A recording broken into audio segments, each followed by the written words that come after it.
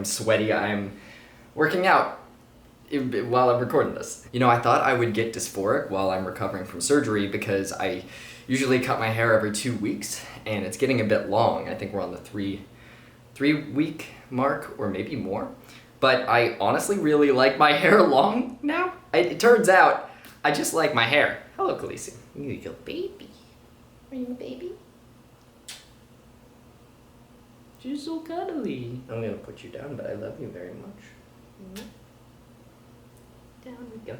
Good girl. She's so snuggly nowadays. I love it. I do have to kick her off when she's like sleeping on top of the stove or on top of the counter where the dishwasher is because it's warm. You're a little weirdo. But yeah, I don't really get dysphoric nowadays. So I guess I just thought that things that would have made me feel dysphoric in the past would make me feel dysphoric now. But no, I'm just, oh, hello. She's so cute. Oh, baby, I'm gonna move this. You're so good. She plopped right on top of my phone, and was just rolling around on it, and her little beans were touching the keys. So she's typed, something in here. Thank you for the lovely poem, Khaleesi, but I think we're gonna delete this. I can wear my hair long, I can wear my hair short, I can put on a fucking dress and dance around and play female characters. I can do whatever the fuck I want now because I'm confident and happy in my body, and it turns out that's all you need. But yeah, I look in the mirror and really like my hair, so I kind of feel bad that I have to get it cut in the next week before I leave for Austin. Which is good, that's great, you know? It'll be long again before you know it. But I want to get a haircut just because I know I'm not going to be able to get one for a while, and if I don't get one soon, it's going to be out of control. Oh, what if I grew a mullet? What if I grew a mullet and got a scorpion neck tattoo? Oh, what if I wore tank tops? You know, I just want to live all my white trash fantasies out loud. I was poor for a while. Not poor, just single mom living in an apartment. We had cereal for dinner every night, kind of poor. Not poor as in some of my friends were like legit poor, like living in shelters and stuff like that. I was fine. I could eat every night. It just wasn't maybe the food that I wanted to eat as a child. We're getting into backstory. My life isn't that bad, is the point. I don't want to make it seem like it was or anything. Would have been better if Dad paid child support. It's fine, he's doing it now. Anyway, we are officially less than 2 weeks away from surgery, which means I have stopped Aleve, ibuprofen, fish oil, green tea, which was on the list. There's a big list of things that you have to stop 2 weeks before surgery, and I only took out the things that were relevant to me to put them on my list. And also one of the things was electrolysis. They don't want you doing electrolysis 2 weeks beforehand, probably just because, you know, you want your skin to be as calm as possible before they do the procedure. I don't want to be having like a breakout of any kind, because the as you've seen, the probe, real tiny, that they put in at least the urethra area. I noticed the other day I have a cute little birthmark here, so I might have a cute little birthmark on my penis. That's cute. I love that. I took some very sexy pictures the other day because I'm trying to take pictures now while I can in order to, Instagram has been where I've been keeping track of my transition physically, mentally, all that shit. So I wanted to take some hot photos before I change, and I feel hot in a different way. And see, the secret to taking hot pictures is video. These pictures were taken by me putting a camera in video mode in my bathroom, shooting it at me, and just doing my thing looking at while I was recording video. Because it's a lot of pressure. It's a lot of pressure to look at a camera and be sexy. It is maybe not something I'm capable of yet, but I'm improving my skills. And if you're bad in front of a camera, that's maybe something that might help you practice. It really is just practice. But yeah, something was on my mind, so I made a caption with it, and I think I encapsulate it pretty well here, so I'm just gonna read it to you. Lost in the Multiverse was my first D&D campaign. I played a human fighter named Daxton, and he unknowingly helped me grow into myself. Dax was trans like me, and I was nervous about being a cliche, yet another queer person finding solace in roleplay to help him problem solve. I escaped my abuser during it. I wasn't even on T yet. I was scared and freshly hatched. It was through LITM that my friends came together and hosted a 24-hour D&D live stream to raise money for my top surgery. We hadn't even known each other a year at that point. They just saw someone in pain and wanted to help. A lot of that stream feels like a dream to me, but there's one part that popped into my mind recently. I apologize if you haven't caught up yet, but I'd like to talk spoilers. Which is funny, because this is like 2 or 3 years ago at this point. If you haven't caught up yet, I'm sorry. The plot of the special was that Daxton had found someone who could willingly put his mind in a dreamlike state to face trials in order to earn a body that fit him. He thought he'd have to do it on his own, but his friends eventually find him and follow him in to help. Towards the end, Daxton comes face to face with his previous form, the one he's been trying to escape. Our DM had apparently planned on Daxton fighting him, but I had Daxton walk up and hug him. There's a chance for Daxton to say something to it before it leaves. He says that he loves him and thanks him. Then he says, "You're not bad. You're just not me." I'm so fortunate that it's not fear fueling this next part of my transition. It's acceptance. I'm not in a huge rush or a terrible amount of pain like I was earlier. I'm just ready for the next step. I've always felt like I've been missing something, and we're fixing that. On Tuesday, we wrap our current TFS at the table, where I play Kyle. It's very fitting to have a D&D game bookend another chapter of my life. Thinking of where I was back then and where I am now is such an absolute mindfuck. I'm not running from anything anymore. I'm looking it in the face and saying it's time. Thank you. I love you. You're not bad. I'm just ready for what's next. And I found as I was writing this that I cried, you know, and it's been interesting because crying isn't the same anymore. I don't crying, at least to me in the traditional sense, back before I started T, I was way too emotional all the time. I cried at least twice a day, and that was dysphoria and sadness having a large part in it. I was just miserable all the time and I didn't know, and I was like, I guess I'm just emotional. Well, no, you're fucking sad all the time for a reason, Jesse, but we'll figure that out later. But crying in the traditional sense meant that I sat and tears came out of my eyes and I felt emotional, and I would sit there for at least minutes. You know, crying it's a process, and you're crying. And now I've found that when I do cry, quote unquote, it's like steam escaping, like it's pressure that's been built up, and it comes on suddenly. I don't expect to cry, and I found that when I was typing this, all of a sudden a sob came out of me, and it lasts, I'd say, 4 seconds at the most. It's interesting, because I was typing, wasn't expecting it, and then I just went, and then just kept typing. And that was really funny to me, that it was just like this, okay, we're done now. And I guess that's how I cry now. And I found that usually that happens maybe once every month at most.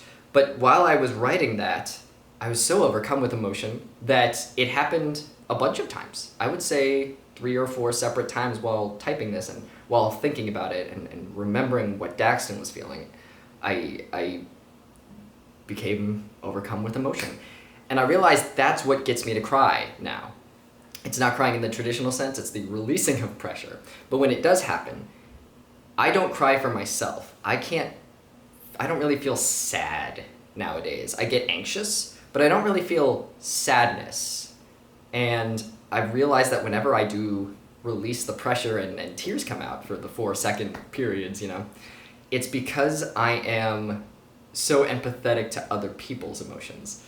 So I'll do it with those cat videos, you know, the ones I was talking about, where it's like, we found this cat on the side of the road, and then I took a 5-month trip with it to the mountains, and now it's my best friend.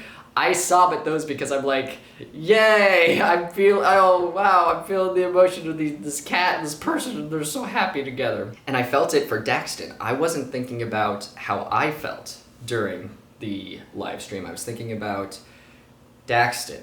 And whenever I think about how Kyle is feeling, no spoilers, we still have to record the last episode, but when I think about how he's feeling in the moments, sometimes I tear up thinking about, oh God, I have to convey this, and what if I have to say this on camera? I'm gonna tear up. Is that embarrassing? And I guess it's not. I don't think I'm embarrassed for it if you're really feeling a character, you know. But it's interesting that's how I've found that's how I release emotion is I experience it through other people. I don't really feel sad for myself, but when I am connecting to someone on a personal level, whether they are a fictional character or not, that's what gets me to be emotional. And it's only the 4-second periods where it's like, okay, we're done. Oops, sorry, I have to do more working out. Be right back. Whew. Okay, I'm back. Looking through the comments of that post, it seems like the reviews are that they are horny seeing the pictures, and then they read the caption and they cry. So that's a lot of power that I can make a post that makes you horny and then cry. I'm bringing a blender with me to Austin because I realized I can bring more things than I think because I'm not taking the bus anymore and I don't have to bring everything to the hospital technically. My friend Andrew is the one driving me back here and I realized, I should ask him if I can leave a bag at his house. So I haven't asked him yet, but I imagine it'll be fine if I bring 2 bags and then I have one that has the stuff I need for the hospital and I have another bag that is stuff that I will need in recovery. And I realized a blender would be great to have because my mom is very good at making protein shakes, and that will probably be something that I will be having because we need to get protein back in this dang body. So that second bag can have stuff like the blender, Heat Buddies, things that I won't need at the hospital, but things that I'll need later, and the vitamins and stuff like that. So I don't have to, well actually, I should bring the vitamins with me to the hospital.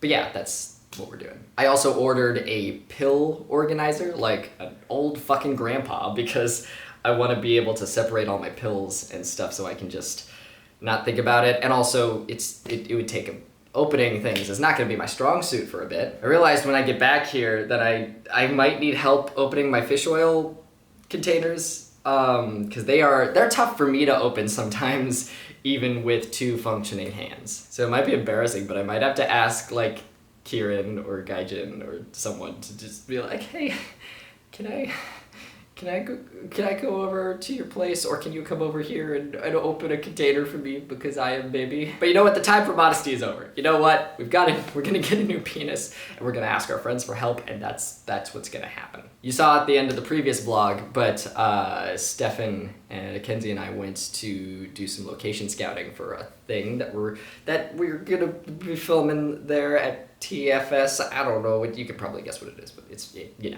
know, who knows what we're filming. I'm also helping write the thing that maybe you can guess that we're working on. So I'm excited about that because it was a project that was being worked on before I got here, and then Stefan was like, hey, do you want to be in on writing? And I was like, hell yeah, let's do it. Also, you'll notice, this is a way late update, but this is when I'm recording this, but you know by now that the vlogs for this pre-stage 1 stuff, they've been separated by week, because I was like, I asked my Patreon patrons, I was like, hey, do you want a big chunky video or do you want me to separate them? And overwhelmingly people were like, yeah, please separate them.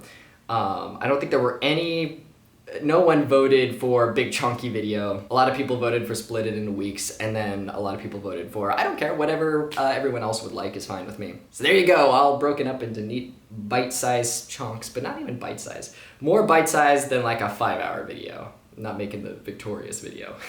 Speaking of which, I'm working on those. Did I say that in one of the previous vlogs? I don't know. I'm editing for Quentin Reviews, and that's great because I've liked his stuff for a while, and we're mutuals on Twitter, and he was looking for editors, and I was like, hell yeah, dude, let's do this. So I edited a section in the first, the Victorious. I think the failure of Victorious is the name of the video, which I'm watching now because I'm working on this part where it's like season 3, and I need context for what he's talking about at the beginning. And I'm like, oh shoot, I should actually watch that video. And I was gonna watch it anyway. It's great. So like, you know, I was going to watch it anyway, and now I'm like, we should do that now. But if you watch that video, I edited the April Fool's part. It's like near the end, the segment where we talk about the Victorious episode. That was an April Fool's video, or episode. I'm working out while I'm doing this, I'm sorry. But that's really cool, and it's a lovely thing, and I love working on projects that I legitimately like, so it's great to be working with him. I also have a video for John to Smarty that I need to be working on, and I'm wondering if I can get everything done before I leave. And he was like, don't worry about it, it's not a huge deal, because I'm still catching up on stuff myself. So if I don't finish it, not a big deal. But I would like to make as like, not even just to work on my friend's project, which I love, and I love working on it. I love him, and I love working on the project. But I also would like to have as much money as possible before my hospital stay, because I don't know how long it's gonna take my dang hands to be all working good. My penis, it's cool. Take as much time as you need, bro. I can edit with a dick in a penis cloud all the ding dong day. I'm more concerned about my hand having motor function. Might take some time, might take some therapy, Clay, but we will fucking get there. Oh, gotta work out again, be right back. I've gotten as much of the bowel prep night stuff as possible because I realized because I'm taking a car and I'm not going on a bus, I can just get the stuff. My friend who's driving me to Austin, I was gonna be like, hey, would you mind if once we got to my hotel, we could go out and do a run to get Miralax and Gatorade, nothing purple or red, nothing purple or red. If you even think about the colors purple and red, I will come to your house and kick your ass. It's my doctor talking. But then I realized, oh, I can just get that stuff now, put it in the bag that is stuff that I'm not taking to the hospital, and we can just have it. So I got everything on the list possible. I got the Jell-O, the Miralax, all that shit. Nothing purple or red, nothing purple or red. Please, I swear to God, there's nothing purple or red. Please, what are you doing? Put the gun down. But the one thing I realized I can't get is popsicles. So, didn't get those. But hey, got chicken broth and laxative tablets. Also, this is a thing that is a little weird, but I've realized is not a normal thing. That ever since I can remember, I think it must have started when I was 16 or 17, which is funny when puberty happened. I have stood to wipe after I pee. It never felt right to sit there and wipe. I always stand to wipe. And it's so funny that it took me so fucking long to realize that's not a thing cis women do. This is possibly a dysphoria thing that didn't feel bad. It didn't feel, it was something, I didn't do it because I felt awkward. I did it because it just felt more correct. And it's very funny to think that I've just been doing this through muscle memory, because like you learn something when you're younger and then you just keep doing it. I realized the other day, yeah, I haven't sat to wipe in nearly 10 years, 20, 10, 15. Math. I can't do math when I'm not doing workouts in between, so excuse me. But yeah, I won't have to worry about that in 2 weeks. It's also funny that I have some Bucky balls in the fridge. It's a little ball of alcohol that I got at Bucky's, and I was like, it's a nice flavor. It's like I don't know, it's a creamy something or other. I drink like a baby, so I enjoy chocolate tasting, sweet tasting things. And we got them at the Buc-ee's when my mom and I first moved me into here, and I was like, I'll enjoy those after surgery, and then I haven't drank them since. So you know what? Hopefully they don't expire, and I will enjoy that once I'm done recovering, because I don't want to drink. Again, no one's saying I can't drink 2 weeks beforehand, but I'm just doing it because I want to. Oh, sorry, that's another thing I just remembered. I'm bringing one of my tubs of protein powder. That will go in the bag with the blender, because I think that'll be a good thing to put in the protein shakes. Protein is a good thing to put in the protein shakes. I'm sure you could infer that, but it's funny that I have this bag that like has a tub of protein powder, a blender, my workout mat I think is gonna go in there. It's gonna be a weird bag. But yeah, we wow. 2 weeks.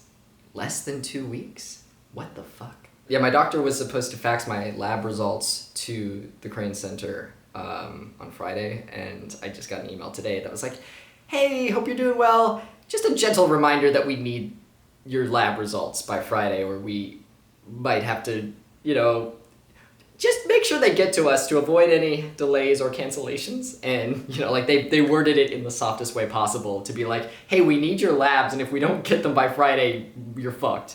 So I emailed them back and was like, oh shit, I'm sorry, did you not get them? They were supposed to fax them Friday. I actually have a copy of them because they emailed them to me at the same time they were supposed to be faxing them to the center. So I just emailed them myself. And I hope that's okay. I always get like weird, or rather doctors' offices get weird about faxing stuff. Like sometimes they're like, hey, it has to be faxed to us. Don't you fucking dare email us your lab results. We'll kick your ass. Fax us the lab results, nothing red or purple. But we'll see if the CC is cool with that. That's the cool name I've given to the Crane Center. Well, I've just done a very uncool thing, so kind of cancels it out. I'm hip. I'm cool. I stand to wipe. I'm trying to stock up my house with as much as possible before surgery time. I ordered some knives on Amazon. And they got stolen off of my front porch, or they never got here. Which sucks because Amazon is usually pretty good about being like, hey, no worries, just be annoying with us. And we'll get you, we'll send it again. But we're in a delicate time now because I don't know if they're gonna come in time. I think the option I have to do is that I have to order the knives again. In context for this, my boyfriend was like, hey, give me a list of things you want for Christmas. And I was like, hey, I need knives because when I moved here, I got some steak knives at the dollar store and they are starting to fail me now. So I would like those for Christmas. And he was like, hell yeah, I got you. So I ordered them, but we're in a kind of time-sensitive zone now because Amazon, they won't take you seriously unless you wait a certain amount of time before knowing them that your package didn't get here. So I think I have to wait until tomorrow, Wednesday. It's technically Tuesday. It's like early in the morning right now, and I'm doing my workout like a weirdo. So what probably has to happen is I have to order the knives again and then get my refund from them when convenient. Because I want the knives here and set up so that I'm not unwrapping a package with my fucked up hands. Like I need everything to be cool, okay? Can we all just fucking chill? Can we just baby-proof my fucking room for me so I don't have to like struggle with I would have struggled with the least amount of things possible. I have to get paper towels. I've stocked up on chicken broth. Oh wait, do I need to? Oh shit. I got some premium fucking chicken broth for Austin. I spent on the nice chicken broth, the gourmet cooked chicken broth. I forget what it says. I'll show you when we're in Austin. But yeah, I need to stock my paper towels. I need to make sure everything is cool for the baby, for my... It's funny, you don't realize how much you need your left hand for, or your non-dominant hand for, until you're trying to figure out, okay, if I only had one hand, what could I be doing? What am I going to struggle with? Brushing my teeth, I think, is going to be doable. Water pick, doable. Cooking most things, I think will be okay. I just have to be careful and I have to go slow. But yeah, this will be a lovely training arc for me. It's when Batman hurts his back and then I have to learn how to suck my own dick.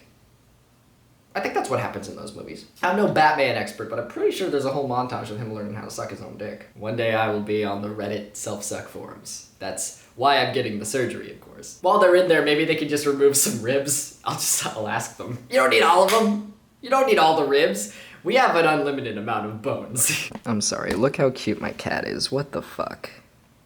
What are you even doing? You're so fucking cute. Are you even real? What was that face? Oh, you're so good. I love this little idiot. What the fuck? Friendsgiving was great. My friends made me a cockie cake, as I call it.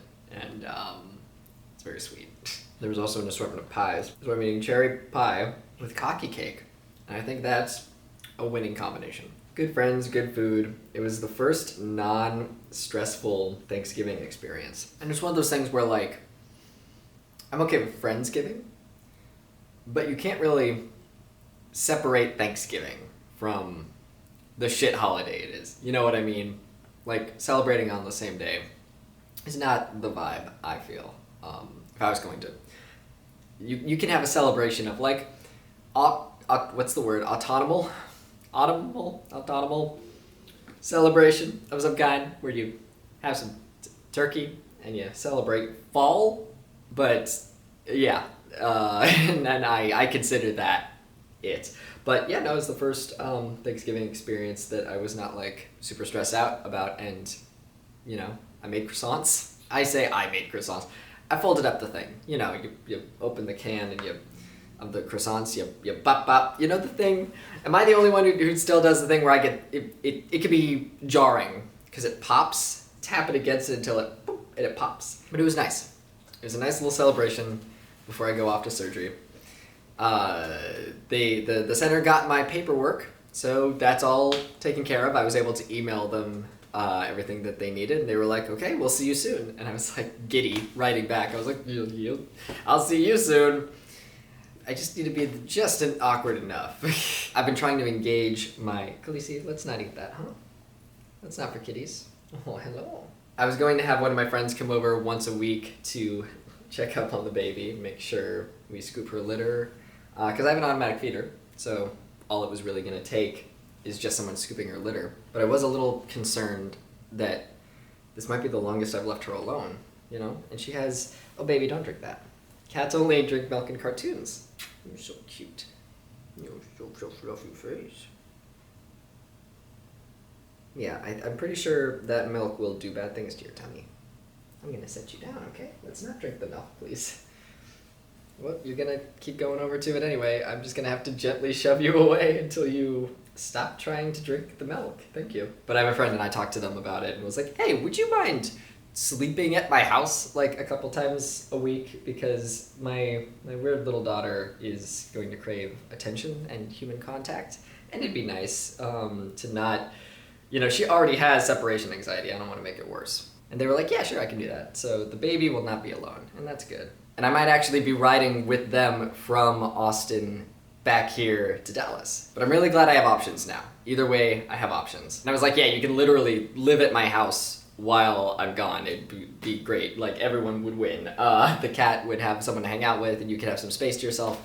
That'd be great. Come live in my house, please. Come live in my house. That's a really old joke from Lost in the Multiverse. I don't know if anyone is gonna get that. I'm engaging my left arm as much as possible while I'm working out, because it really is mental, where like, if you're working out and you mentally focus on the muscles you're trying to engage, they will work while you're working out. And I've been trying to just focus on both my arms, but especially the left one, since that's the one that I'm just trying to make it as strong as possible, because I won't be able to use it for a while. I leave on Tuesday, and then I'm gonna be in isolation, and I don't think I'm gonna have sex again. I think I'm good. I think I'm gonna wait to have sex until after stage 1, after everything is healed and I feel comfortable and happy. I'm not really feeling the urge to, you know? I'm just very excited for my body to heal and for me to have sex in the way I really want. I'm glad I had a good sex experience. I'm not sure if I talked about that in the vlog, but I had a good sex experience, and he took direction really well, and he was able to suck my dick in a way that felt good. And I'm glad I had that good experience before we are changing the situation down there. Won't be a T-dick anymore, it'll be another dick. The party dick. The party dick. I'm ready, I'm happy, I'm confident, and I'm glad that I'm not just like settling for like, oh, I've had bad experiences and that's why I'm doing the dick change. No, it's like, hey, I'm ready for what's next. My boyfriend and I are long distance, and you know, I've had sex with my girlfriend, obviously. Lots of sex with my girlfriend, because we both lived in, we were basically neighbors in Philly, and my boyfriend, we still haven't met up in person yet. And there was part of me that was like, oh, I hope I get to fuck him before surgery. But, you know, I think this is for the best. It sucks I wasn't able to see him before this, but it's very exciting, the idea of meeting my boyfriend as my authentic self. You know what I mean? Like, now there's no awkwardness, there's no association with a previous body or a previous anything. There's a lot of friends that I've met post-transition. You know, a lot of my friends did not know me in my previous life, and it's really odd to them when we talk about like, oh right, Jesse wasn't always in this body. Jesse presented not male for a period of time. And you know, Trans Day of Remembrance was today. It's technically the start of the next week, but I'm counting this as week 9 just because I'm about to leave and I need to render this video, and I think it's a nice thing to end it on. But I talked a bit on Twitter today about how I forget that I'm trans, and I feel odd talking about Trans Day of Remembrance, you know, like, am I worthy of it? Like, I feel like a fake trans person sometimes, if that makes sense. You know, after stage 1 and stage 2, you know, but arguably just after stage 1, I'm going to be autonomously, is that the word? Autonomously. In the beginning of this, I was talking about as to autumn, and now I'm talking about autonomy as to autonomy. I'm gonna be physically, mentally, legally, spiritually, all that fucking shit, cisgender for all purposes. And it's been an interesting subject among trans people of like, when it comes to physical transition, when do you not consider yourself trans anymore? Because I just get to live life. I suffered for a long time, sure, but now I just get to exist. No one knows that I'm trans unless they're a transphobe online that just knows that I'm trans. But I go out in life and I just get to live. Like, no one knows that I'm trans. I pass. I don't have scars, visible scars on my chest, you know, with the area for top surgery. No one knows, and no one quite understands. The other day at a party, my friend and I were talking, and then the cis dude joined us, and we were talking about, my friend said, yeah, Jesse's trans, and we were talking about this, and this. And he looked at me, and he was trying to, I could see in his eyes, he couldn't quite compute what was going on. He was like, oh, do I use she, her pronouns for this dude? Is he transitioning to female? What do I do? Do I use they, them? Like, in his head, he was like, I don't understand what's happening. But in a sweet way. He was like, he didn't want to be offensive. He was trying to figure out, like, what does that mean? He thought I was a trans woman. And it's a really validating feeling, but it's also, as I say here, I can only talk about my own experiences as a trans person. Not all trans people want to pass, but for me, that was something that I enjoy, and it's something that I wanted. And even today, I was talking about Trans Day of Remembrance on Twitter, and I was like, hey, if I'm honest, I never know whether I should talk about this subject, because do I deserve to? Do I, black and trans people of color, especially women, are just the bravest, most badass motherfuckers you've ever met on the planet. They deal with 1,000,000 times more than I will ever have to. And I feel kind of like a fake trans person because I just get to live as cisgender. And, is it appropriate for me to talk about us, when the scales are so unbalanced? I have so much privilege and I have so much goodness in my life, and I forget that I'm trans, like we were talking about. My girlfriend forgot that I was trans while we were having a conversation the other day. Like, I'm, just for all intents and purposes, cisgender after I get this surgery. So, I feel a bit odd. I feel, I don't want to be offensive. But then as I got deeper into thinking about it, I was like, you know what? Not all of us get happy endings, and in fact, a lot of us don't get happy endings, and that's precisely why I should be talking about this. Because not everyone knows that I'm trans, and if I just had one person like myself growing up to look up to, or to see that there was a future for me, I would have been way less sad for way longer. I wouldn't have suffered as much as I did. And that's why I should show up. That's why I should talk about this. Everyone has their own thoughts and feelings and lived experiences, and they're all valid, and we should be discussing them so that no one else has to feel alone like I did. And so today I'm thanking the people who came before me, the trans people that had to suffer so that I could suffer less. And that's really what I want to do with my life. I just want to help people. I want to entertain people, and I want to make sure no one has to suffer like I did. And I'm working on multiple shows, and I'm so blessed to be working on multiple shows with trans main characters. And it sucks that the thing on my mind, every fucking day I think about this, the fact that every day that my work is not out in the world, there's another sad kid like me who is thinking about if life is worth living. And that's a lot of pressure. But I'm working as hard as I can. And I'm also here to tell you it is worth living. And I know that I can help people with my shows and stuff. And it's a lot of pressure, It's, like I said, there's so much bad in the world. There are posts online where we're just talking about, like, hey, don't hurt trans people. And the replies are just full of just the most vile things you've ever heard humans say. Just evil, bad shit. All we're doing is asking for people to leave us alone. But there are those who spread lies and stuff.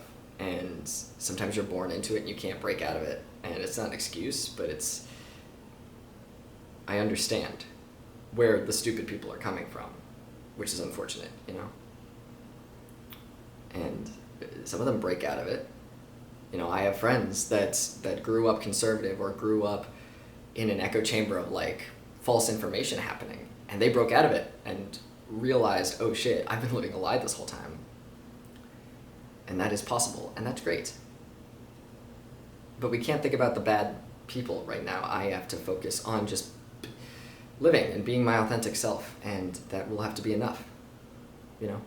Sure, there's bad stuff, but at least they can see me and see that I'm so happy, you know? I'm fortunate that I got out of it. I'm fortunate that I'm out living my life and I'm successful and handsome and happy and I just get to fucking exist. So that's what I'm showing up for. I need to talk about this because that is also important. To know that it gets better and that even though I forget that I'm trans, I still am or was at some point, depending on what labels I keep or lose. And I never felt validated just as quickly as when I talked about that openly and honestly, and someone replied and was like, I had no idea you were trans, but in a supportive way. They were just dumbfounded. Like, he was like, whoa, I had no idea. And I was like, you know what, I feel valid now, you know, like I can't just assume everyone knows this, because it's also like, am I preaching to the choir? Is it worth me saying something about Trans Day of Remembrance if my audience is just trans people? And they're not. I have to remember that. I have to remember that not everyone comes from the same education level as I did. Or do? I guess do is the right word. I'm educated, but not that educated, apparently. Oh, I leave in 2 days. These are the last videos that I'm editing before I leave. I'm uploading these on Monday, and then I leave Tuesday. I do my pre-op stuff. I'm in a hotel for Thanksgiving, and I'm bringing all my cameras and stuff, but I won't be editing any of this footage until after surgery. Wow. I wonder how well I'll be able to edit this. Well, not this, but the stuff afterwards, because I'm only gonna have one hand. Holy shit. I'm so fortunate. I'm so fortunate that I have the friends that I do, and that I have the support system that I do, and not everyone does. I'm gonna get my dick before I'm 30, and a lot of people feel bad about turning 30, like, I'm old, but I'm finally starting my life. I haven't been transitioned that long, despite everyone, you know, feeling like this has always been, you know, I had no real authentic personality. I was just scared and sad all the time, and I was like kind of funny pre-transition, but like I was just so sad all the time that like it wasn't really, no one really knew me, and you could tell someone didn't really know the real me if they're like, oh, Jesse was so happy before, and I don't really know any of those people anymore. The people who really knew me were like, yeah, this is Jesse. Post-transition Jesse is Jesse. Jesse has a personality now. He has love and hopes and dreams, and he's a fleshed out, full-formed person. So now I don't feel old. I feel young as shit. I'm just starting. And this is gonna be an amazing challenge, and it's just gonna be amazing. It's fucking life-changing. This is probably the last video that's gonna be on my channel for a while, because like I said, I go there, I film the stuff, and then I don't know when I'm gonna be editing this next. I wonder how well my hand is gonna work. I don't know when the next video is gonna be on my channel. And whatever happens, I don't regret anything. I'm so happy and so grateful for all of you, and for my patrons on Patreon, thank you. These videos documenting my transition would not be possible without you. YouTube sucks, and I appreciate everyone so much. And even if you're not a patron of mine, like, your support has been incredible. It's really difficult for me. I found, yeah, I'll share this. I realized the other day that I have become so scared of absorbing words, if that makes sense.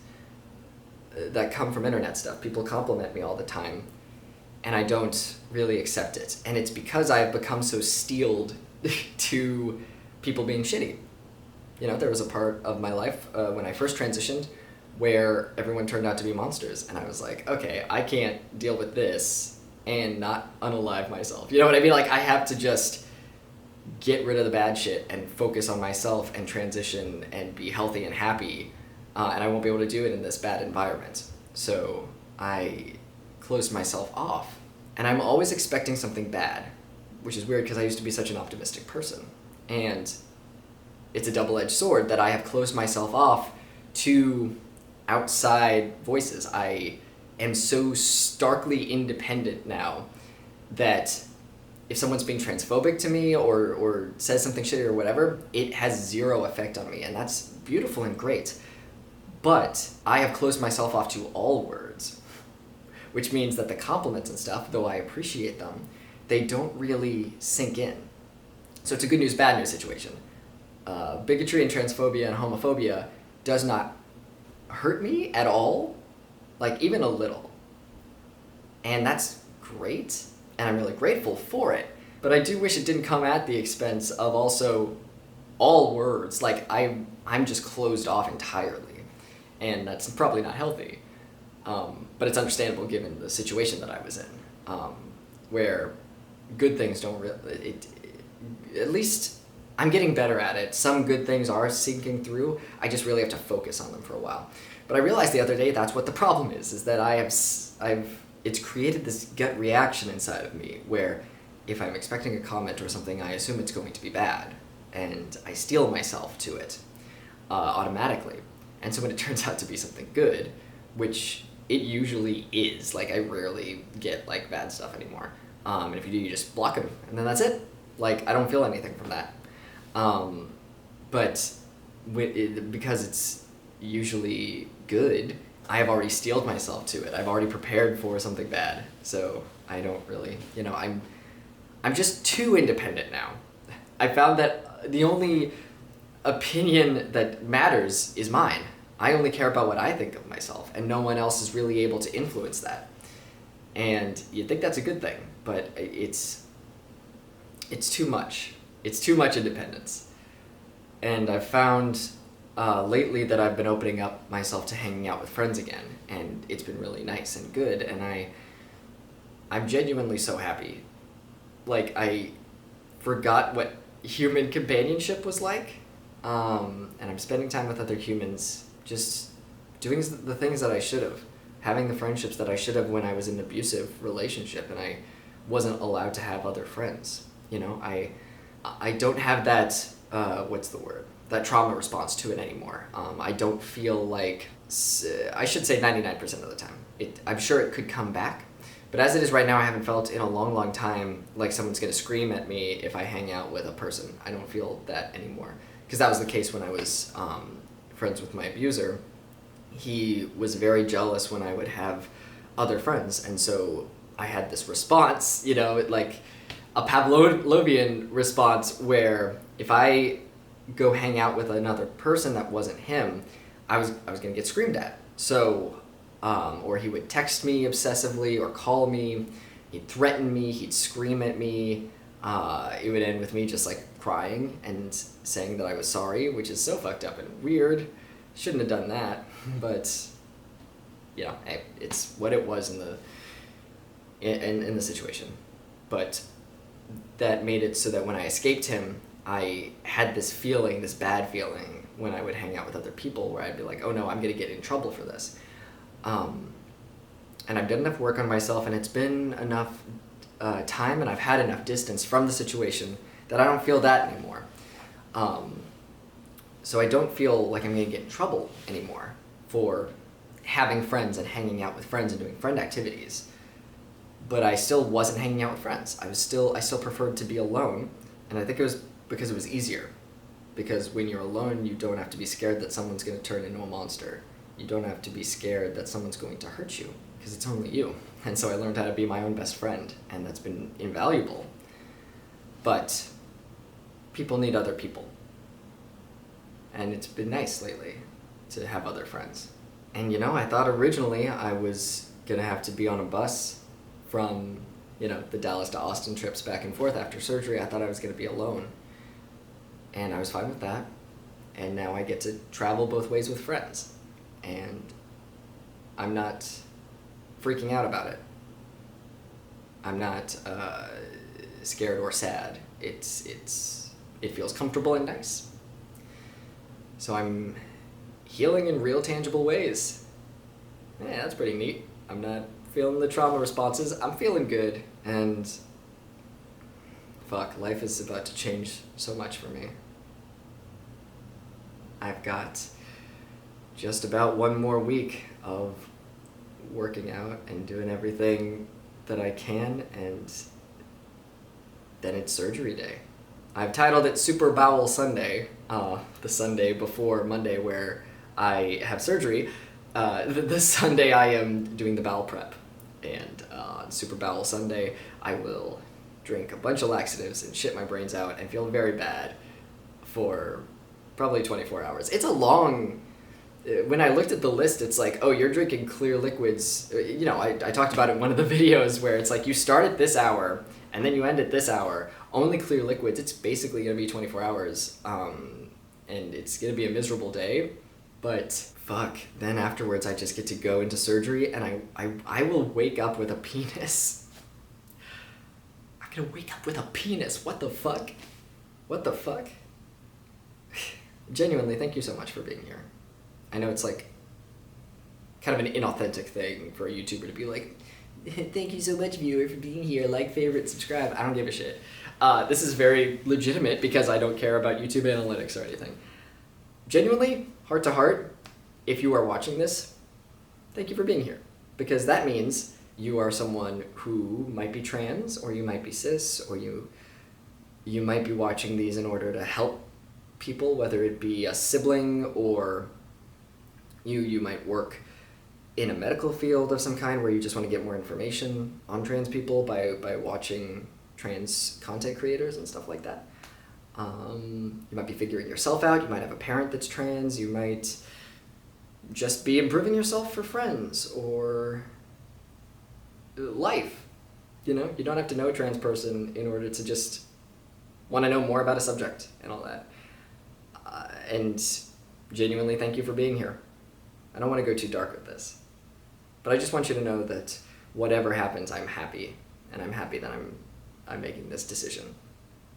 And I love all of you, genuinely. Thank you for being on this journey with me.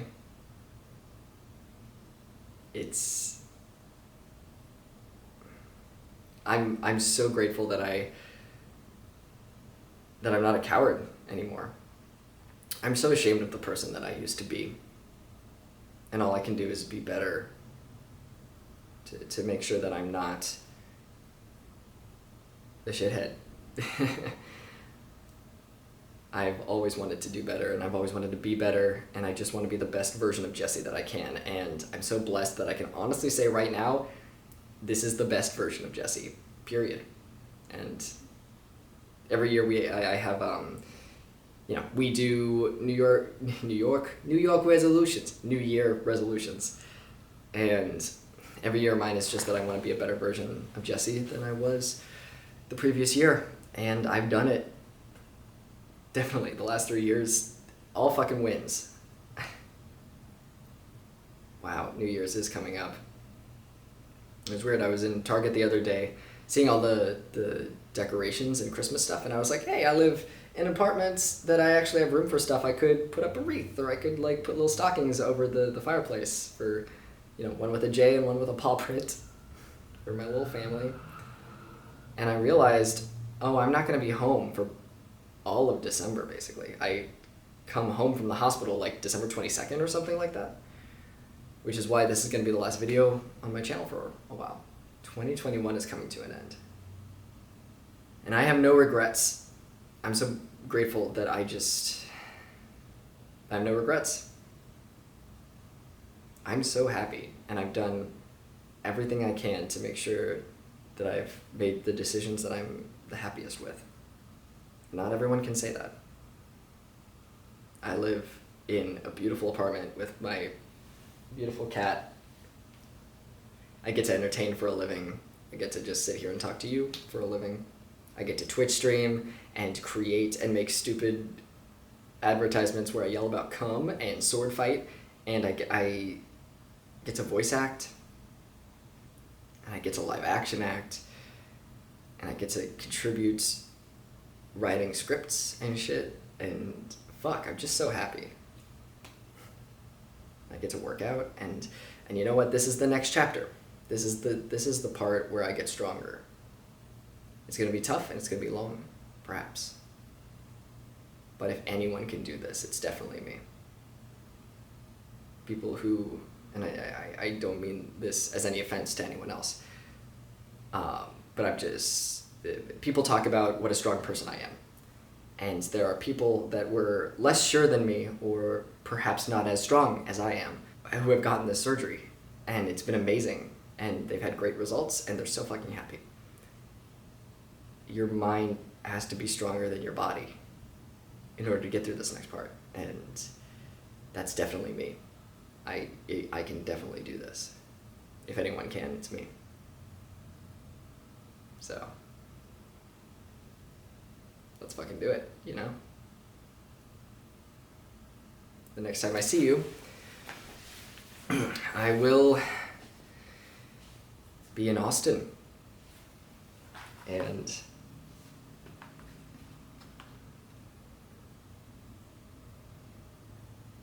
thank you for being here.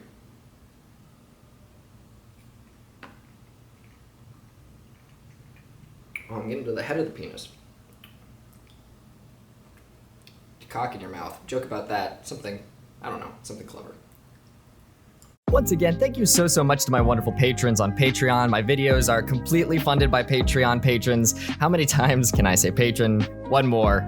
Patrons. I'd like to thank my silver sponsors, Alex Buhner, Andrew Dunn, Kieran Benson, Cyberlink420, Dan Millington, Dan McRae, Gadarine, Giselle Nera, Jean-Baptiste Rousey, Marie Byrne, Neve Kinor, Pocket Jawa, and Tasmarty. I'd also like to thank my gold sponsors, Sam Bartram and Doran McEwen.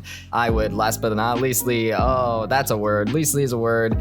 Diamond sponsors, thank you so much, Epam, Getty Skog, Rosie Kinks, and Tsukiyomi. Thank you so much to all of my wonderful patrons. If you want to hop on all over the Patreon, there's stuff over there. Fuck, I don't know. Thank you. I really appreciate the help. I literally would not be able to do these videos without you, so thank you for your support, and we'll see you next time.